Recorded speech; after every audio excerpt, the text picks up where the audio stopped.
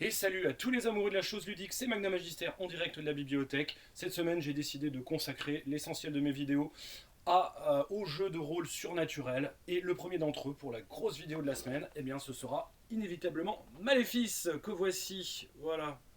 Maléfice, évidemment, je pense que c'est un jeu que vous connaissez. Même si vous n'y avez pas joué, je pense que vous en avez entendu. C'est un jeu mythique dans notre horizon ludique. C'est un jeu voilà, qui correspond réellement à ce qu'on fait de mieux en termes de jeu de rôle, d'ambiance consacrée au folklore, au mythe, on va dire, au surnaturel en France, lié également aussi à une époque historique précise, puisqu'on joue à la fin donc, du 19e siècle et début du 20e, généralement, et surtout fin du 19e. Il est connu éminemment, on va dire, pour ses qualités, on va dire, en termes de documentation historique. Il est connu également pour, on va dire, la qualité de ses scénarios et de ses aides de jeu. Il est connu également pour avoir un système extrêmement, on va dire, léger, mais malgré tout qui offre énormément de possibilités en termes justement de jeu de rôle, en termes de roleplay, qui a enchanté pendant des décennies et encore aujourd'hui on va dire, une communauté de fans hardcore qui attend avec impatience la sortie de cette quatrième édition qui a donc été en financement participatif il y a de cela, on va dire, là ça date déjà presque 2 ans qu'on l'attend, mais donc les PDF voilà, ont été livrés et donc voilà, c'est chez Arcane Asylum.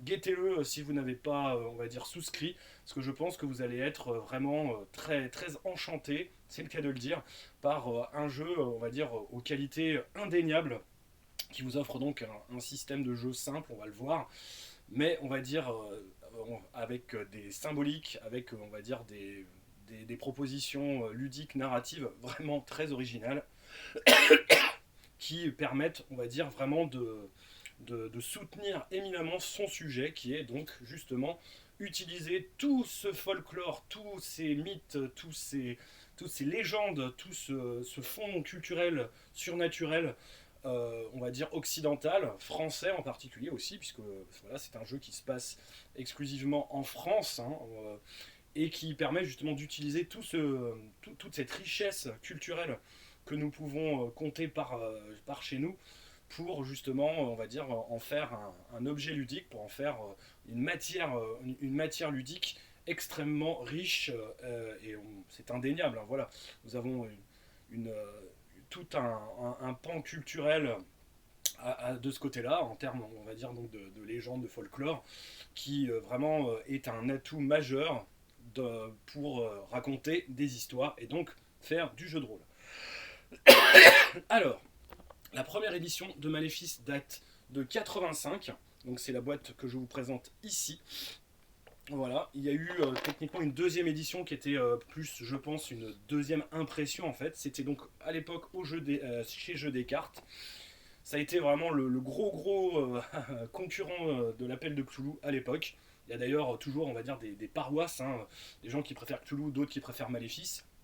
Comme je le disais, voilà, il y a toujours une communauté de fans hardcore de Maléfice voilà, qui se réunissent tous les ans, plusieurs fois normalement, au mois de mai. Puis je crois qu'il y a aussi une session à l'automne à Provins, qui est vraiment, on va dire, voilà, les rencontres de Provins qui proposent également aux indépendants et aux jeux, on va dire, plutôt porté sur l'ambiance de pouvoir justement proposer des scénarios et de jouer.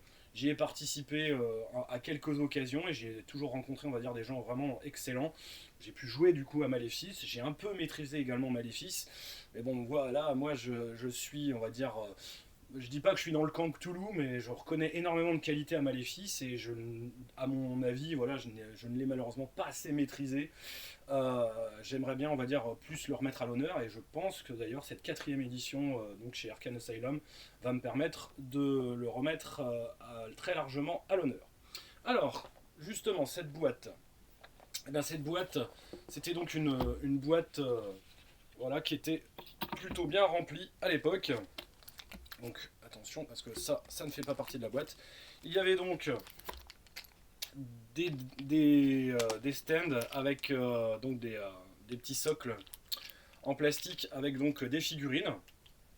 assez étrange d'ailleurs parce que sur un jeu, on va dire, qui n'est pas, qui ne se veut pas, on va dire, simulationniste, il proposait malgré tout, enfin simulationniste à outrance si je puis dire, enfin en tout cas dans la lignée des wargames, il proposait malgré tout d'avoir des petites, des petites figurines cartonnées sur socle en plastique pour pouvoir figurer les scènes d'action. Il y avait des dés, alors les dés étaient, on faut pas dire assez moche. Moi, ma boîte était complète, hein. J'avais, voilà, j'ai dû l'acheter neuve, hein, je crois, à l'époque, mais je l'ai pas acheté dans, on va dire, dans les années 80. J'ai dû l'acheter dans les années 90, hein. Ça devait être vraiment les derniers exemplaires de la boîte de base. Il y avait également donc un tarot. Le tarot est extrêmement important il est utilisé dans le système de jeu pour la création de personnages. C'est un tarot spécifique qui contient donc un nombre de lames lui aussi spécifique qui correspond à peu près aux sortes de, on va dire, d'arcanes majeures d'un tarot, on va dire ordinaire, mais qui a été évidemment revu et corrigé à la sauce maléfice, comme on dit. Il y en a d'ailleurs 1, 2, 3, 4, 5, 6, 7, 8, 9, 10, 11, 12, 13, 14, 15, 16, 17, 18, 19, 20. Il y a 20 arcanes donc qui vont servir à en quelque sorte donner un background à votre personnage durant la création et également être utilisable en jeu pour diverses petites choses, hein, pour agrémenter en fait, pour donner un peu l'ambiance. Donc il y avait également deux livrets à l'intérieur, le livret de règles que voici et le recueil de scénarios. Voilà, la malédiction de Fontevraud et une étrange maison de poupées. Si je commence déjà à bafouiller, on n'a pas fini. L'écran, voilà, que moi j'ai toujours trouvé extrêmement inspirant. Voilà, c'est un jeu. Voilà, quand j'ai commencé à faire du jeu de rôle, que j'étais tout petit, que j'étais encore à l'école primaire, j'ai rencontré justement quelqu'un qui était voilà, qui jouait à Maléfice et qui m'avait justement montré sa boîte de Maléfice et je m'en souviens encore quoi. Elle jouait à James Bond à l'époque et c'était une fille hein, en plus. Elle jouait donc à James Bond et elle jouait à Maléfice et avec ses amis et elle m'avait montré comment dire justement son matériel de jeu de rôle. Voilà, il y avait donc également des fiches de personnages, donc voilà à quoi ça ressemble. C'est très light, hein, comme vous pouvez le voir. On a l'état civil, voilà, ainsi que le personnage est défini par sa profession. Donc on va pouvoir choisir, et après donc on va tirer des arcanes, donc le jeu du destin. Il y aura une arcane qui sera secrète, voilà, qui sera notée, on va dire, sur une feuille spéciale pour le MJ pour le meneur de jeu qui gardera donc cette arcane secrète et qui, on va dire, ne la dévoilera évidemment que au fil sûrement on va dire des pérégrinations, des aventures de notre, on va dire, enquêteur du club Pythagore, puisque voilà, je vais revenir sur la proposition ludique dans un instant. Donc le personnage est défini par la constitution qui va lui donner donc on va dire sa valeur d'aptitude physique également, donc plus sa constitution en fait va baisser, plus son aptitude physique elle-même va baisser. Il est défini donc aussi par des valeurs donc de culture générale, d'habileté et de perception. Voilà. Et donc il a également deux jauges que sont donc la spiritualité et l'ouverture d'esprit.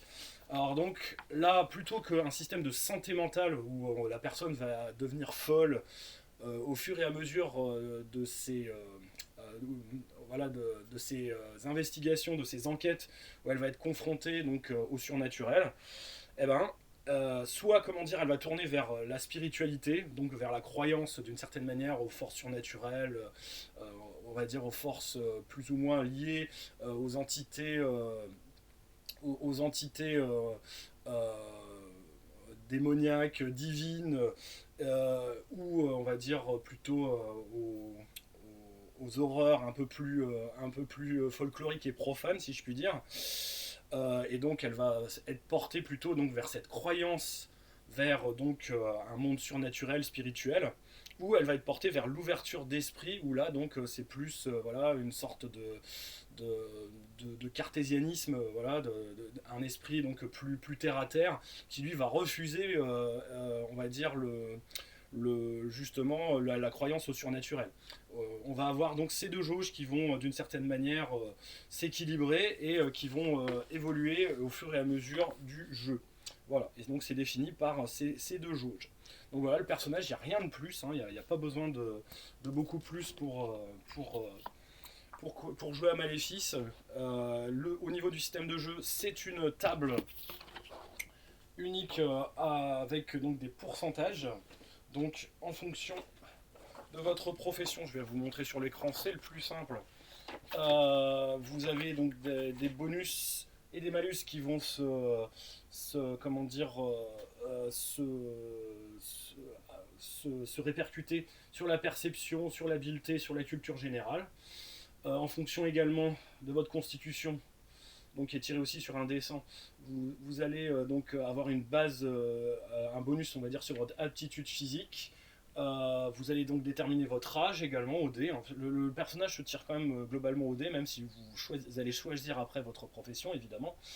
En fonction de l'arcane que vous allez tirer, vous allez donc avoir des bonus et des malus sur donc l'ouverture d'esprit, la spiritualité, et également sur un trait qui lui est secret et qui est très important, qui est donc le fluide, qui est votre capacité justement à pratiquer la magie, la sorcellerie, à utiliser, on va dire, certaines, on va dire, pratiques arcaniques qui doivent rester vraiment très, au début du jeu en tout cas, extrêmement, on va dire,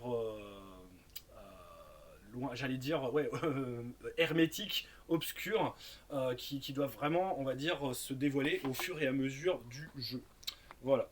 Au niveau des livrets, alors, donc, comme je disais, le premier, voilà, vous donne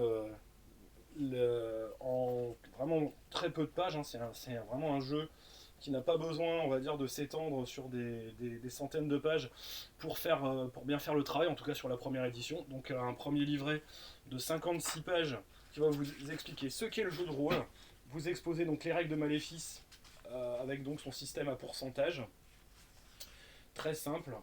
Voilà, les différentes aptitudes, comment créer son personnage, les arcanes majeurs, mineurs, les lames de métier aussi, donc qui sont dedans, comment remplir sa fiche. Donc voilà, on a un exemple justement. Comment pratiquer. Donc voilà, la fameuse table donc, de paliers. Donc en fonction évidemment de votre niveau d'aptitude qui est ici et du jet de dés que vous allez faire, eh ben, vous allez en fait réussir ou pas votre action. Donc si vous êtes évidemment dans le blanc, eh ben, c'est raté. Par contre, si vous êtes après dans des qualités, on va dire, qui vont donc on va dire au niveau des couleurs, ça va donc on va dire d'une couleur, c'est un marron orangé, on va dire très clair, jusqu'à un brun assez foncé. Et dans le brun assez foncé, évidemment pour un jet de dés très très bas, vous allez pouvoir évidemment avoir la meilleure qualité de réussite. Voilà, donc le but évidemment c'est de faire le plus petit possible avec on va dire votre dé en fonction de votre caractéristique pour faire la meilleure qualité de réussite sur votre action. Voilà. Normalement je me suis pas trompé, hein, c'est pas dans le sens inverse. Hein. Parce que j'ai un doute tout d'un coup. Voilà. Oui, non, normalement c'est bien ça, hein, il faut faire le plus petit possible. Et ça vous donne à chaque fois, évidemment, en fonction de votre niveau d'aptitude, un pourcentage de base en fait. Hein, et en fonction évidemment des tranches de pourcentage que vous allez atteindre, enfin des paliers que vous allez franchir en dessous de ce pourcentage, vous allez pouvoir justement avoir une meilleure qualité de réussite. Et après, tout fonctionne évidemment de cette manière, que ce soit pour les combats, qui sont très très meurtriers, il faut quand même reconnaître, donc il faut faire très attention, et donc voilà, on a des règles également sur justement les confrontations aux événements surnaturels, qui vont donc, en fonction des jets de dés qu'on va faire, modifier de manière permanente le niveau de spiritualité et le niveau d'ouverture d'esprit. Voilà, c'est dans ce sens-là que justement la confrontation surnaturelle ne va pas réellement faire devenir fou dans Maléfice, et c'est ça qui fait qu'il est très différent de Cthulhu, c'est que ça va changer, on va dire, la manière dont on voit le monde, plus que réellement le fait de se dire si on est bon à mettre à l'asile. Donc ça, c'était décrit sur 28 pages. Et après, donc, on a la description du contexte, qui va donc de 1870 à 1914 hein, pour la première édition. Donc voilà, on a toute la description historique, voilà, de manière très synthétique, évidemment, de la période. Ça va se développer, évidemment, au fil des éditions. On voit d'ailleurs que pour la troisième édition et puis même pour la quatrième, le contexte historique a été très très largement développé. Donc en tant qu'historien, moi je peux vous dire que ils ont fait quand même un travail de synthèse qui est plutôt, on va dire, plutôt intéressant. Voilà, c'est des gens sérieux, hein, les auteurs de Maléfice, donc ce sont Michel Godot et Guillaume Romer. Voilà, donc avec une chronologie évidemment des événements. Voilà. Et évidemment, en plus du contexte historique, on a tout un chapitre sur donc la sorcellerie, croyance et superstition dans la France donc du 19e siècle. Donc voilà, l'importance évidemment de la religion, les sectes, on va dire, les ordres francs-maçons, les pratiques diaboliques, donc enfin diaboliques entre guillemets, c'est-à-dire voilà les gens qui avaient pour coutume de faire des soirées où ils faisaient tourner les tables, voilà, les soirées médiumniques, les soirées où on essayait de parler avec les esprits, voilà, on sortait sa planche de Ouija, etc., etc. Donc voilà, toute cette ambiance en fait est décrite, et à la fin donc on termine évidemment par une bibliographie. Donc c'était succinct, mais c'était de bon ton. Ensuite donc le cahier de scénario, qui va donc nous proposer justement le contexte, la proposition ludique de base, puisque voilà, on joue en effet des personnes qui sont donc inscrites dans le contexte de la fin donc, du 19e siècle et début du 20e, jusque donc au début de la Première Guerre mondiale, globalement, mais bon, on joue vraiment une Troisième République, euh, et donc tout début, on va dire, du 20e, si jamais au niveau des scénarios, en tout cas, c'est inscrit à peu près dans cette période assez exclusivement. Et donc, on a au tout début donc, une description de la société quand même de la Belle Époque, des facsimilés de journaux. Et on a donc un premier scénario, donc la malédiction de Fontevraud, qui va donc nous proposer évidemment d'explorer une légende justement, une légende régionale d'une certaine manière.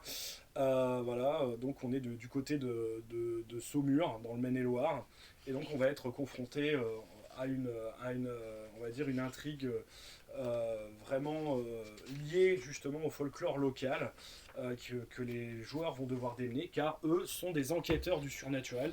Ils font partie donc, de ce qu'on appelle le club Pythagore.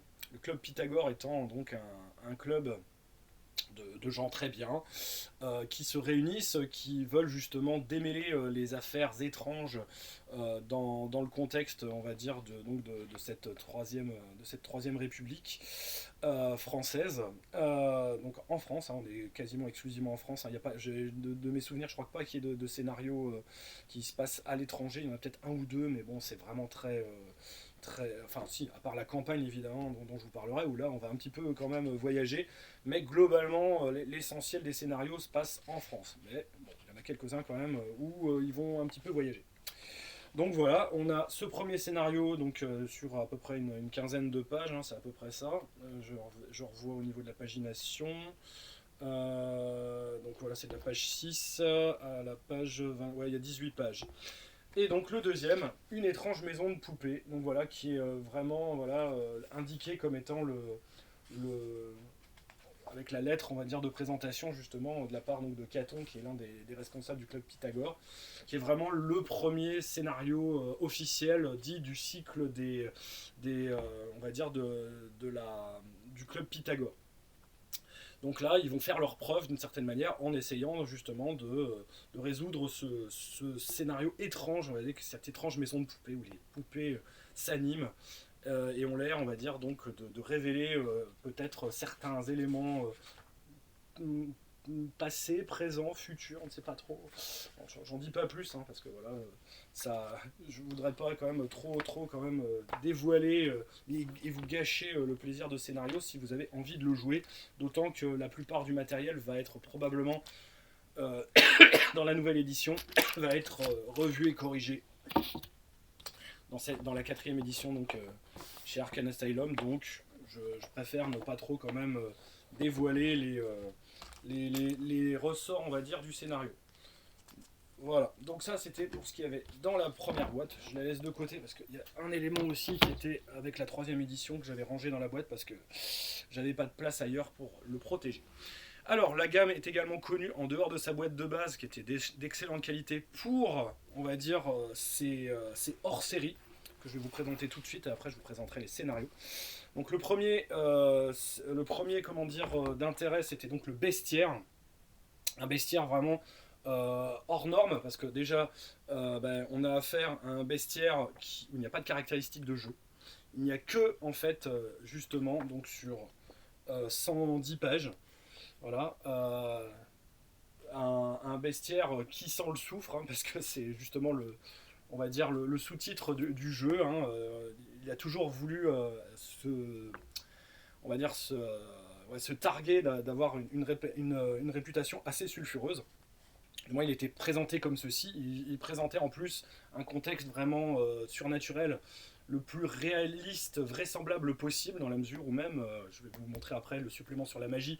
Eh ben, le supplément sur la magie, il a été réalisé avec l'aide d'une vraie sorcière, entre guillemets, et en utilisant, on va dire, des ressources et des références qui sont vraiment des références, je dirais, historiques de grimoires de magie qui ont existé dans le passé et qui sont encore d'ailleurs possibles à trouver. Il suffit de les demander en librairie et vous aurez, comment dire, voilà, le grand Albert, le petit Albert et d'autres, voilà, comment dire, la tablette d'émeraude, etc. Voilà, c'est des ouvrages que j'ai vus sur ma table de jeu il n'y a pas très longtemps quand j'ai joué à Nephilim. Parce que voilà, les joueurs, évidemment, avaient ces références-là pour pouvoir aller y trouver, on va dire, des éléments qui pouvaient les aider dans le scénario. Donc je leur disais, bah, voilà, tu peux regarder dans tel chapitre, il y a des références, on va dire, à tel ou tel point ésotérique qui fait partie, évidemment, de cet ouvrage. Bah, là, on est vraiment là-dedans. Ces références-là, elles font partie intégrante du jeu. Et c'est vraiment un contexte, un décorum qui va vous permettre de toucher, on va dire, au plus proche, justement, le surnaturel, l'étrange et l'occultisme. Et donc le bestiaire, lui, comme je disais, pas de description de caractéristiques, uniquement des descriptions, on va dire, de contexte, de mise en contexte. Voilà, sur donc chaque animal qui a donc où on passe en revue en fait c'est les différentes on va dire légendes, les différents points de folklore, points on va dire d'histoire si je puis dire, d'histoire occulte autour donc de certains de ces animaux. Les seules choses qui vont vous être proposées, c'est des sorts, hein, voilà, ou des pratiques de sorcellerie. Voilà, donc on a le chat, le fameux Matago, donc le familier de la sorcière, etc. Voilà, le cheval. Donc tous les animaux, on va dire, classiques qu'on a l'habitude de voir autour de nous, sont passés au crible, on va dire, à la lumière de ce qu'ils ont apporté, des rumeurs, des légendes, donc des superstitions qui sont, on va dire, vraiment pléthore de matériel, en tout cas, et de légendes autour de tous ces animaux, depuis donc l'Antiquité, en passant par le Moyen-Âge jusqu'à nos jours. Enfin, on va dire dans le contexte de Maléfice, donc c'est-à-dire jusqu'au 19e, début 20e. Et on a vraiment voilà, plein de petites choses. Donc on a également le petit peuple, voilà, la gargouille. Bref, vous avez juste pour faire un scénario à lire l'une de ces légendes et ça vous permet vraiment de créer très facilement un scénario autour, on va dire, de cette légende, justement, autour d'un animal. Voilà, moi je me souviens justement d'un scénar Maléfice que j'avais joué, qui avait été fait donc justement autour de la légende du basilic. mais la vraie légende du basilic, hein, pas celle du basilic qu'on connaît, on va dire, dans le contexte médiéval fantastique.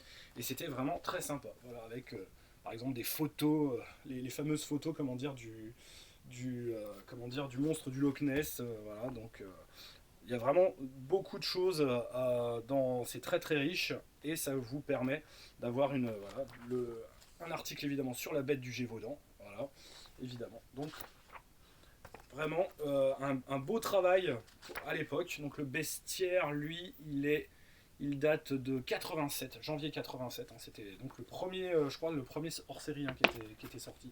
Je crois que c'est dans cet ordre-là, hein, qu'ils sont sortis. Que je ne dise pas de bêtises. À la lisière de la nuit. Ah non, 86. Donc oui, pardon. À la lisière de la nuit est sorti l'année juste avant.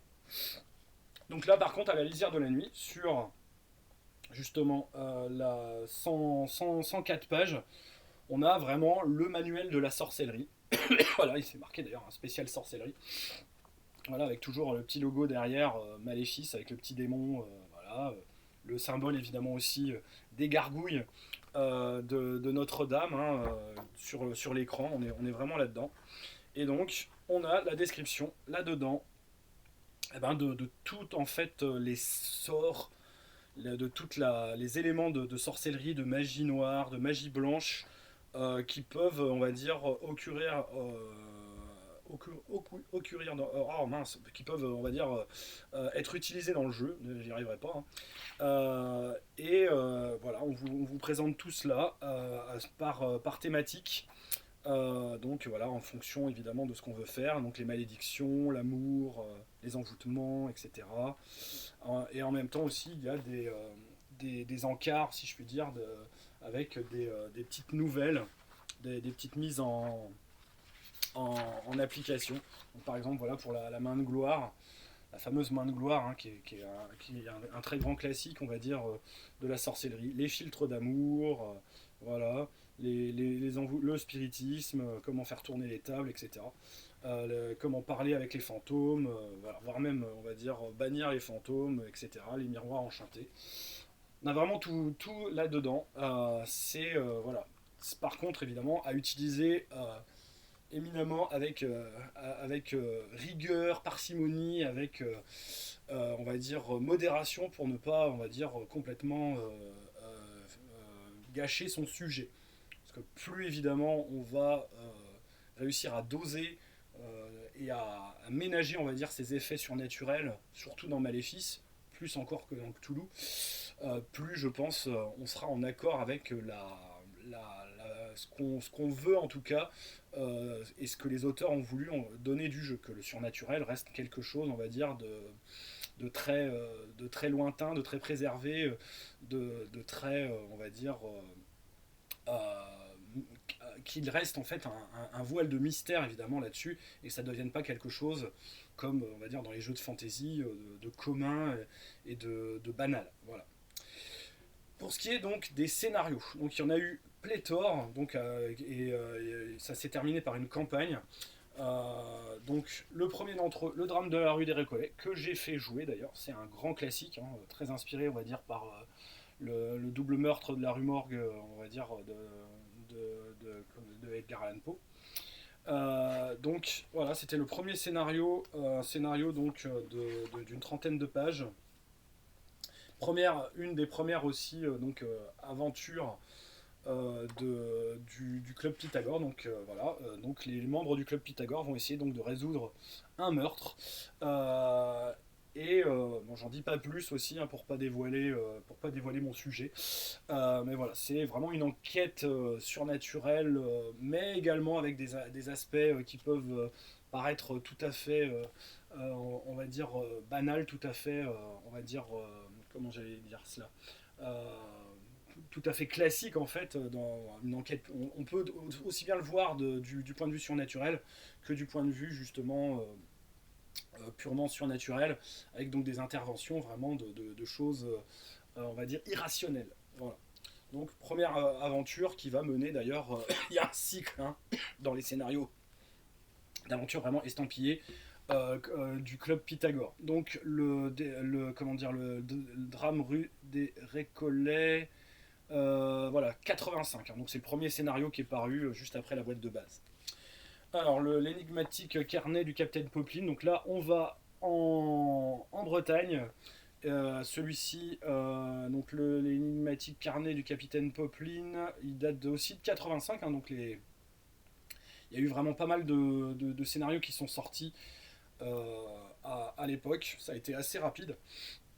Et donc, là, donc légende évidemment bretonne, légende de marins bretons.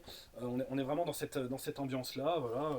Et donc, nos, nos membres du club Pythagore, même si l'intrigue n'a rien à voir, on va dire, avec ce qui va se dérouler après, qui est commencé avec le drame dans la rue des Récollets, vont donc vivre une aventure vraiment, on va dire, tout à fait dans l'ambiance, on va dire, du folklore justement breton. Donc les Brasiers ne s'éteignent jamais, le troisième. Alors celui-ci est de 86, donc c'est le numéro 3, avec donc, là on commence à avoir des aides de jeu détachables, hein, qui font, on va dire, le grand bonheur, si je puis dire, justement des fans de Maléfice, parce qu'on a vraiment pléthore, en dehors du scénario, justement d'aides de jeu manuscrits qu'on peut produire aux joueurs. Voilà. Et donc là, on est encore aussi normalement dans une enquête du club de Pythagore, mais on va dire qui, pareil, est un peu, comme je dirais, hors série.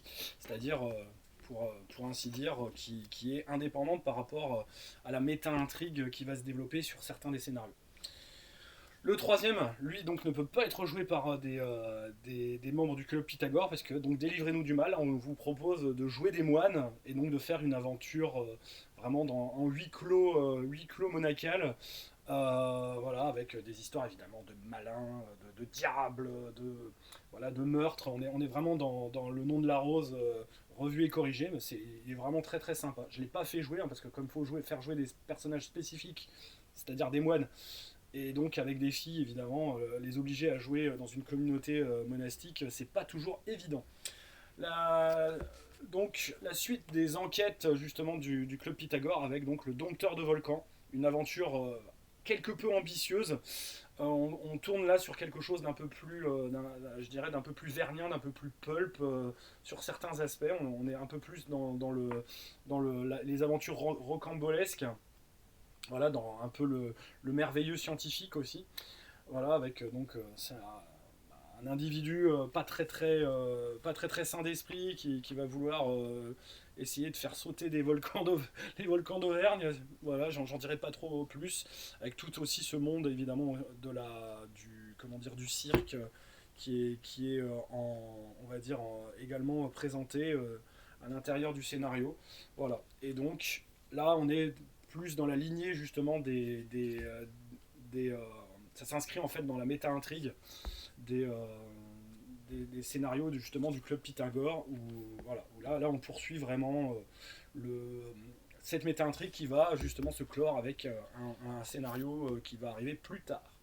En chair sous pavillon noir, donc là justement on est plus dans un scénario, on va dire, de chasse au trésor pirate. Donc là pareil, on peut pas trop l'utiliser, enfin je pense pas qu'on puisse l'adapter, on va dire, aux aventures du club Pythagore. euh, Si, à mon avis, ça doit être possible, mais bon, il va falloir trouver une bonne raison d'envoyer vos personnages dans les Caraïbes pour donc faire une chasse au trésor. C'est voilà. Donc là, pareil, un scénario plutôt indépendant, je dirais. Et donc, à la suite justement comment dire, du Dompteur de volcan et du drame de la rue des Récollets. Donc là, on a, on va dire, un petit peu le grand final, si je puis dire, où donc un grand méchant qui donc a été un peu dans l'ombre depuis le début justement des aventures de nos membres éminents du club Pythagore depuis donc le drame du rue des Récollets, va donc leur mettre, on va dire, mettre en place une sombre machination, c'est le cas de le dire, pour donc se venger d'eux et de ce qu'ils ont fait, de de ce qu'ils lui ont fait subir.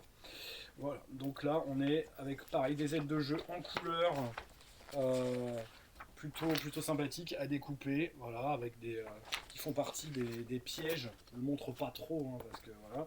Il y a même une partition musicale qui avait été écrite pour l'occasion. Franchement, voilà, la qualité des aides de jeu.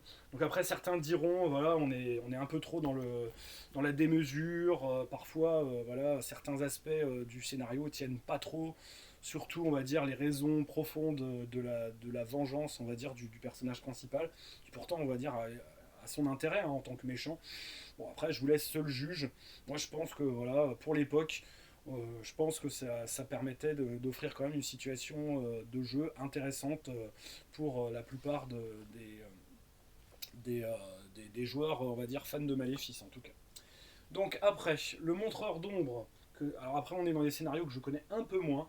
Donc là, on a un scénario qui se passe à Annecy, voilà, pour un congrès donc, de l'Académie scientifique humaniste, où donc les joueurs vont devoir probablement résoudre également un mystère autour donc d'un scientifique qui a créé une machine étrange qui va créer probablement évidemment des ennuis. Alors le montreur d'ombre, on est déjà en 87, hein, c'est vrai que j'avais oublié de dire, la musique adoucit les meurtres, c'était en 87 aussi. Et Enchères sous pavillon noir 87, Le dompteur de volcan 86 et Délivrez-nous du mal 86. Voilà. Donc après on arrive à des scénarios encore plus indépendants si je puis dire. Donc Folie viennoise, ça tombe bien en plus, voilà, l'ambiance viennoise c'est quelque chose dont je vais faire l'expérience dans un proche avenir. Donc là 88. Donc un scénario voilà sur le justement on va dire donc là vraiment un scénario qui se passe à l'étranger en plus donc de Enchères sous pavillon noir hein, qui vous propose donc justement de revivre dans l'ambiance justement de la Vienne du 19e siècle, de ces soirées où on valse et de ces soirées voilà, où il se passe évidemment des choses étranges sur fond évidemment on va dire voilà, d'art nouveau, d'art avant-gardiste, etc., etc. Vraiment dans une ambiance, c'est vraiment des scénars, surtout beaucoup des scénars d'ambiance. On met vraiment l'accent beaucoup là-dessus, en tout cas dans la gamme Maléfice. Cœur cruel. Donc là, on est Cœur cruel, c'est sorti en 88 également, début 88. Voilà, une vieille. Donc là, on est dans le Béarn. Et là, c'est une vieille histoire, évidemment, une vieille histoire issue donc, du folklore local. Une vieille histoire, évidemment, de vengeance, comme il en existe tant, qui vient donc du Moyen-Âge. Hein, qui va, on va dire, quelque peu normalement. Donc celui-là, je pense, est tout à fait intégrable également dans les enquêtes justement du club Pythagore. Voilà, donc j'en dis pas plus non plus pour ne pas trop vous dévoiler la chose. Enfin, donc dans la première série de suppléments, il y a eu également le voile de Kali, le fameux, le supplément qui a eu à l'époque le plus de retard, puisque donc voilà, le voile de Kali était annoncé, donc c'était en 88, il n'est sorti qu'en 94, donc quasiment voilà, 5 ans de retard pour cette campagne. Donc une campagne, c'était vraiment le dernier supplément Maléfice hein, qui était sorti à l'époque, donc campagne de 112 pages, avec vraiment un début assez particulier. Généralement, on n'aime pas trop quand nos personnages se réveillent dans un hôpital psychiatrique quelque peu amnésique, ou du moins qu'ils ont une sorte de problème de crise d'identité, si je puis dire. J'en dirai pas trop plus. Et donc, voilà, le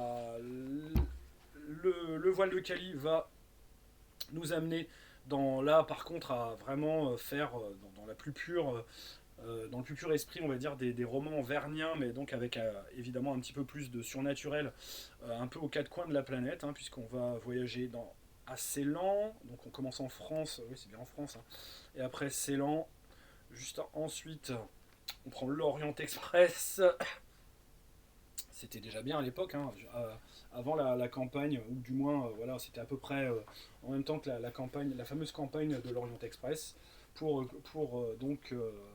l'appel de Cthulhu. Donc voilà, là, ils vont être confrontés évidemment à une terrible société secrète, la fameuse Sainte Vem, voilà, confrontés à des vilains Allemands déjà à l'époque. On ne parle plus de Prussiens, hein, puisque l'Allemagne existe à l'époque, elle a été unifiée. Et voilà. Donc, une campagne haletante, une campagne, on va dire, plus action rocambolesque, voilà, qui à l'époque était là pour clore la gamme Maléfice, qui est une gamme vraiment pléthorique pour l'époque, sachant que voilà, maintenant cette gamme, telle que je vous la montre, ça vaut une fortune. Il y a une spéculation sur cette gamme-là. Je pense d'ailleurs que la quatrième édition et au moins la réédition de ces scénarios originaux qui est prévu va probablement faire un peu baisser la cote parce que c'est vraiment devenu à notre époque un peu n'importe quoi. Ensuite, il y avait eu des scénarios en souscription qui étaient parus beaucoup plus tard. Donc là, il fallait vraiment participer à la souscription pour les avoir. Il y en a eu quelques exemplaires quand même en boutique, je crois, mais la plupart du temps, il y en avait 3 qui avaient été prévus, le troisième n'est jamais sorti. Donc le premier, c'est Danse Macabre, donc là on est en 2004. Donc pareil, avec un scénario avec donc des aides de jeu détachées, hein, que j'avais mis dans une pochette. Un scénario, on va dire, de 75 pages. Voilà, qui nous était. Il fallait vraiment, voilà, à l'époque faire de la souscription à l'ancienne. On n'était pas encore sur les souscriptions sur des plateformes, hein, en 2004. Donc voilà, il fallait envoyer son petit coupon avec son chèque. Et donc voilà, on avait à faire. C'est un scénario aussi, scénario d'ambiance. Il y en a beaucoup qui ont décrié la chose à l'époque, comme quoi voilà, l'intrigue du scénario était un peu linéaire et un peu pauvre. Moi je trouve que voilà, le scénario quand même se tenait plutôt bien. À la lecture en tout cas il était très agréable. Donc était prévu justement ensuite le scénario, donc l'œil du diadème, voilà. Avec le dessin, donc c'est Poussin. Si mes souvenirs sont. Oui, c'est bien Poussin. Comment dire, le peintre Poussin. Et en fin de compte, le numéro 13 n'a pas été l'œil du diadème, mais la cornemuse du vieux Jérémia, donc en 2005, le deuxième scénario sous souscription, qui était paru. Et donc là, pareil, on a affaire à une vieille affaire, donc on va en Écosse évidemment, pour régler des vieilles affaires de famille dans les Highlands. Vraiment, voilà, pareil, une ambiance très caractéristique. Donc là, franchement, donc celui-ci se passe à Paris, hein, je crois. Oui, il se passe bien à Paris, celui-ci. Oui, oui, c'est ça, c'est autour de l'abbaye de Cluny, etc. Donc des vieilles histoires, évidemment, comme d'habitude, hein. Le diable n'est jamais très très loin dans Maléfice. Donc on voit le diable assez souvent. On va dire, ou ses sbires, si je puis dire. Voilà, donc ça c'était pour la gamme donc, des suppléments donc, de la première, deuxième édition. Et donc, un peu plus tard, quelques années plus tard, est parue donc, la troisième édition. Donc là, bon, c'est pas si longtemps après, hein, c'était en 2006. Il y a eu un seul et unique supplément, qui est donc l'écran avec le supplément catéchisme, qui avait encarté avec lui donc, la nouvelle version du tarot. Le tarot d'ailleurs a été revu, hein, également aussi pour la quatrième édition. Il n'est plus exactement identique à la version de la première édition et de la troisième édition. Donc là, on avait affaire à un gros bouquin de belle qualité, donc qui était paru aux éditions justement du Club Pythagore. Un livre de 280, presque 290 pages. Le tarot était on va dire à la fin.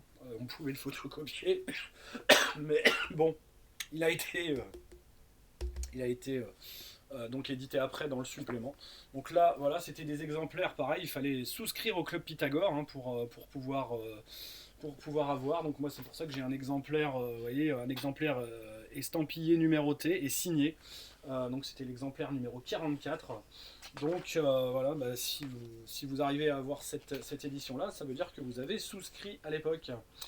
Donc on a de la même manière, hein, ça reprend en fait la structure de la boîte de base de la première, deuxième édition, sauf que évidemment tout est développé, il y a pas mal on va dire de développement au niveau donc justement du système de jeu, des précisions. On a toujours quand même la fameuse table des paliers hein, pour justement le cœur du système de résolution est resté le même. On a juste vraiment des mises à plat. Le contexte en lui-même aussi est beaucoup plus dense en termes de description et donc voilà, on ne boude pas son plaisir. Bon, moi je suis pas trop contemporaniste, j'ai jamais trouvé ça, on va dire, cette période extrêmement intéressante, mais je puis dire quand même que c'est bien fait. Voilà, sur le contexte historique, on a donc plus de voilà, guide de la belle époque.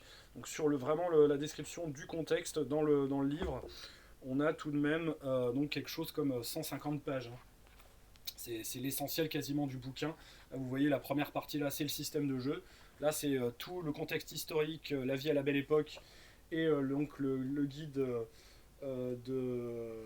voilà le guide sur le surnaturel, donc ce que je vous avais montré, hein, les crimes et châtiments, etc.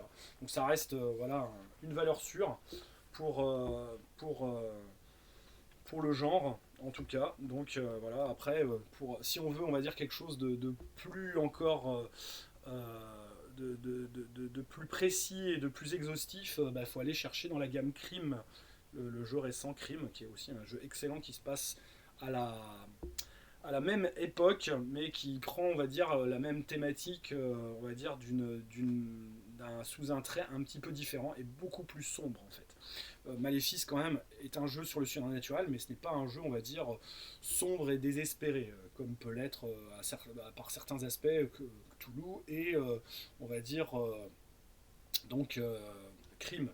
Là, on est plus dans la confrontation surnaturelle, mais on va dire on n'est pas on va dire l'horreur gore. C'est pas du tout, en tout cas, le genre du jeu. Enfin, en tout cas, on peut le jouer comme ça, hein, c'est possible.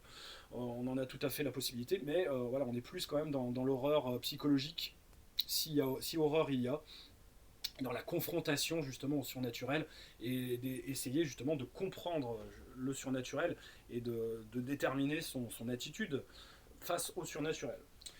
Troisième partie du bouquin, après tout cela, donc le système de jeu et le contexte, des scénarios pour Maléfice, donc il y en a deux, la jeune fille et la mort et l'enfant de colère. Voilà, là je ne sais pas si ces scénarios-là seront ceux de la quatrième et qu'ils auront été remaniés. Puisque là, dans le livre de jeu de base, on a surtout vu, dans le PDF en tout cas que j'ai eu entre les mains, la description justement du système de jeu et du contexte. J'avoue que sur les scénarios, j'ai un trou de mémoire. Il faudrait que je revoie ça. Donc voilà, en tout cas, un beau bouquin qui permettait de rejouer à ce mythique jeu, à Maléfice, de belle manière. Voilà, c'était un bouquin qui valait donc 39 € à l'époque, qui doit être assez difficilement trouvable de nos jours, dans la mesure où c'était une souscription. Et donc, une année après, en 2007, il y avait donc le supplément donc dit catéchisme qui était sorti. Donc voilà, j'avais eu le droit à une carte postale, hein, puisque c'était aussi une souscription que j'avais fait. Donc voilà, c'était la carte postale qui allait avec le supplément. Donc on avait l'écran, que je trouvais sympa, moi, voilà, cette mise en scène théâtrale où donc on était un spectateur d'une performance, on va dire, ésotérique et surnaturelle, donc dans un théâtre. Je trouvais ça plutôt sympa comme idée en tout cas. Bon, après, voilà, on aime le style ou on n'aime pas. Et donc, dans le supplément catéchisme, on avait justement des précisions donc justement sur les superstitions et autres diableries, les forces invisibles. Donc ça, c'était voilà, on avait des feuilles de personnages et la feuille de maître du jeu et feuille de personnage joueur comment ça s'appelle, détachables et à photocopier. Voilà, les sciences secrètes des initiés, donc plein de petites choses en plus pour agrémenter le contexte surnaturel, et donc le tarot dont l'utilisation était expliquée dans le livre de base. Voilà. Donc ça, c'est pour la 3e édition. Et donc, et ben après, la suite, évidemment, ce sera, je vous la présenterai quand elle va sortir. C'est-à-dire, je veux parler évidemment de la 4e édition chez Arcane, qui a fait l'objet donc d'une souscription il y a de cela, je crois que c'est un peu, ouais, 2 ans, un peu plus de 2 ans. Ça tarde un peu, mais normalement ça devrait plus trop tarder. On devrait l'avoir dans cette année, hein. J'y crois en tout cas beaucoup.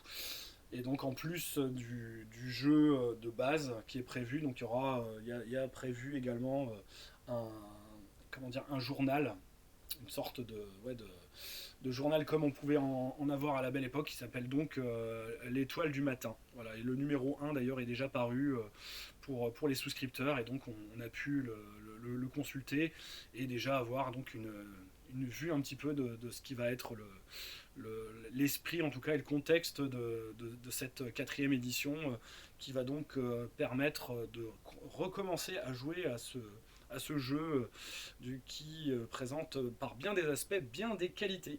Voilà. Donc voilà, c'était Magna Magister pour Maléfice. Donc ça faisait longtemps que j'attendais d'avoir un créneau pour pouvoir vous parler de ce jeu, qui est un jeu que j'aime beaucoup. Un jeu qui, je pense, a compté énormément dans le cœur et dans l'esprit de pas mal de rôlistes qui ont joué dans les années 80 et peut-être aussi encore dans les années 90. J'espère voilà, que les aficionados des rencontres du club Pythagore seront contents voilà, que j'ai consacré un petit peu une vidéo en tout cas à ce jeu. Je suis pas un spécialiste, on va dire, hardcore du jeu en question, hein, mais vous m'en excuserez. Mais voilà, moi j'essaie quand même malgré tout de promouvoir des jeux moi en tout cas, pour lesquels j'ai un intérêt et pour lesquels j'ai d'excellents souvenirs. Et j'espère que vous aussi, eh ben, vous partagerez vos souvenirs. D'ailleurs, je vous demande, je vous incite fortement à laisser des commentaires, à rajouter, on va dire, des précisions si besoin est. Parce que voilà, je suis pas parfait, hein. J'ai peut-être oublié des choses, j'ai peut-être commis des petits impairs, des petites imprécisions. Voilà, je vous laisse entière, on va dire, possibilité de pouvoir ajouter votre pierre à l'édifice pour continuer à faire connaître ce jeu, et donc si vous ne le connaissiez pas, de vous y intéresser et peut-être du coup d'être convaincu de vous procurer la 4e édition. Je ne vous conseille pas d'essayer de vous procurer les éditions précédentes, hein. C'est vraiment très très cher et c'est très très dur même d'avoir la boîte de la première édition, ce qui n'est pas le plus dur à trouver en bon état et complète. Franchement, pour pas cher, c'est quasiment impossible. Et les scénarios, c'est n'importe quoi, hein. C'est chaque scénario que je vous ai montré là. C'est une centaine d'euros pour les premiers. Si vous avez du bol, vous pouvez peut-être en trouver certains un peu moins cher quand c'est trouvable. Voilà, donc c'est Maléfice, c'est devenu, on va dire, quasiment impossible de faire la vieille collection, en tout cas, sans complètement se ruiner, ce qui est un peu dommage. Donc voilà, attendez la 4e édition. Je pense que vous ne bouderez, vous aurez, on va dire, tout lieu d'être satisfait d'avoir un petit peu attendu. Voilà, donc mettez des commentaires, mettez des pouces, abonnez-vous pour la suite des vidéos, puisque voilà, d'autres jeux sur le surnaturel vont suivre dans la semaine. Et donc je vous dis à bientôt. C'était Magna Magister donc pour le jeu Maléfice, voilà, le jeu sur le surnaturel, le jeu qui sent le soufre, un jeu français, n'est-ce pas, dont on peut être fier. Et donc jouez bien et jouez à Maléfice parce que ça peut être vraiment très intéressant. C'était Magna Magister, à bientôt.